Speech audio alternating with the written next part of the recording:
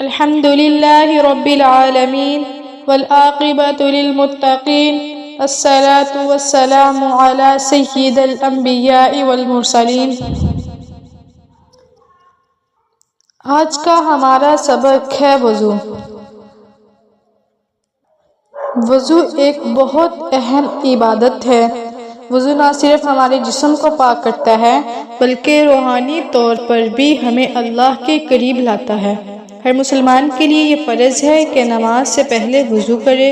اس میں چھوٹے چھوٹے اعمال شامل ہیں جیسے ہاتھ دھونا، منہ اور چہرہ دھونا اور پاؤں دھونا۔ وضو ہمارے لیے صرف ایک دینی فریضہ نہیں بلکہ جسمانی صحت کے لیے بھی فائدہ مند ہے۔ آج ہم وضو کے کچھ ایسے فوائد بھی لیں گے جو عام طور پر ہم محسوس نہیں کرتے، اور جاننا دلچسپ ہوگا کہ یہ ہماری صحت پر کس حد تک اثر ڈال سکتے ہیں۔ نماز جیسی اہم عبادت سے پہلے طہارت کو ضروری قرار دیا گیا ہے، یعنی انسان کو باوضو ہو کر نماز ادا کرنا صرف بہتر ہی نہیں بلکہ فرض ہے۔ وضو کے 4 فرائض ہیں۔ چاروں فرائض کو اللہ پاک نے قرآن کریم میں ذکر فرمایا ہے۔ نمبر 1، مکمل چہرہ کو دھونا، یعنی پیشانی کے اوپر سے لے کر ٹھوڑی کے نیچے تک اور ایک کان کی لو سے دوسرے کان کی لو تک۔ نمبر 2، دونوں ہاتھوں کو کہنیوں سمیت دھونا۔ نمبر 3، چوتھائی سر کا مسح کرنا فرض ہے اور پورے سر کا ایک بار مسح کرنا سنت ہے۔ دونوں پاؤں کو ٹخنوں سمیت دھونا۔ ایک وضو سے ایک نماز پڑھنے کے بعد اسی وضو سے دوسری نماز پڑھنا جائز تو ہے، مگر تازہ وضو کر کے پڑھنے سے دوہرا ثواب ملے گا۔ وضو میں تقریباً 18 سنتیں ہیں جو کہ عموماً نماز کی کتابوں میں مل جاتی ہیں۔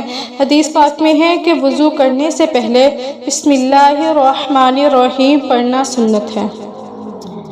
جو شخص وضو سے پہلے بسم اللہ والحمد للہ پڑھے گا تو حدیث شریف کے مطابق جب تک بندے کا وضو رہے گا فرشتہ اس کے لیے نیکیاں لکھتا رہے گا۔ ایک اور حدیث میں نبی کریم صلی اللہ علیہ وسلم نے ارشاد فرمایا، حالت وضو میں مرنے والا شخص شہید ہے۔ رسول اللہ صلی اللہ علیہ وسلم نے ارشاد فرمایا، باوضو ہو کر ذکر کرتے ہوئے جو شخص سوئے گا، رات کو جس کروٹ پر بھی دعا مانگے گا اس کی دعا قبول ہوگی۔ بیت الخلاء میں وضو کرنے سے بچنا چاہیے۔ اگر مجبوراً بیت الخلاء میں وضو کرنا پڑے تو بیت الخلاء سے فارغ ہونے کے بعد باہر آ کر وضو کی دعا، بسم اللہ اور دیگر دعائیں پڑھ کر پھر بے شک دروازہ کھلا رکھ کر اندر وضو کر لیا جائے۔ فقہاء کرام نے وضو کو مستقل عبادت تو نہیں بتایا، لیکن در حقیقت وضو کی بہت فضیلتیں اور برکتیں ہیں۔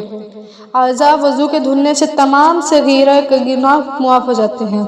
باوضو رہنے کی صورت میں موت آ جائے تو شہادت کی موت نصیب ہوتی ہے۔ دوران وضو اگر بیت الخلاء میں نہ ہو تو یہ دعا بھی پڑھنی چاہیے، اللہم اجعلنی من التوابین واجعلنی من المتطہرین۔ وضو شروع کرنے سے پہلے یا دوران وضو یہ دعا بھی پڑھنی چاہیے، اللہم اغفر لی ذنبی ووسع لی فی داری وبارک لی فی رزقی۔ اس دعا میں گھر کی کشادگی اور رزق کی فراخی اور برکت مانگی گئی ہے۔ جب بندہ باوضو رہے گا اور نماز کی پابندی کرے گا تو نیک لوگوں میں شمار ہوگا اور پھر نیک لوگوں کا آنا جانا لگا رہے گا، جس سے گھر چھوٹا پڑے گا، لہٰذا گھر کی کشادگی کی دعا کروا دی گئی، اور جب گھر بڑا ہوگا تو مہمان زیادہ آ جائیں گے، لہٰذا رزق میں برکت کی دعا کروا دی گئی۔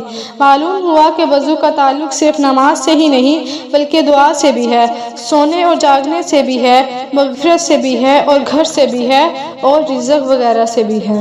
وضو کے فوائد میں سے ایک فائدہ یہ بھی ہے کہ جس شخص کا بلڈ پریشر ہائی ہو، وضو کرنے سے یقیناً اس کا بلڈ پریشر کم ہو جاتا ہے، اور جو باوضو رہنے کی عادت بنائے گا بلڈ پریشر کے مریض سے بھی بچا رہے گا۔ اللہ پاک ہمیں ہمیشہ باوضو رہنے کی توفیق عطا فرمائے، آمین، اللہم آمین۔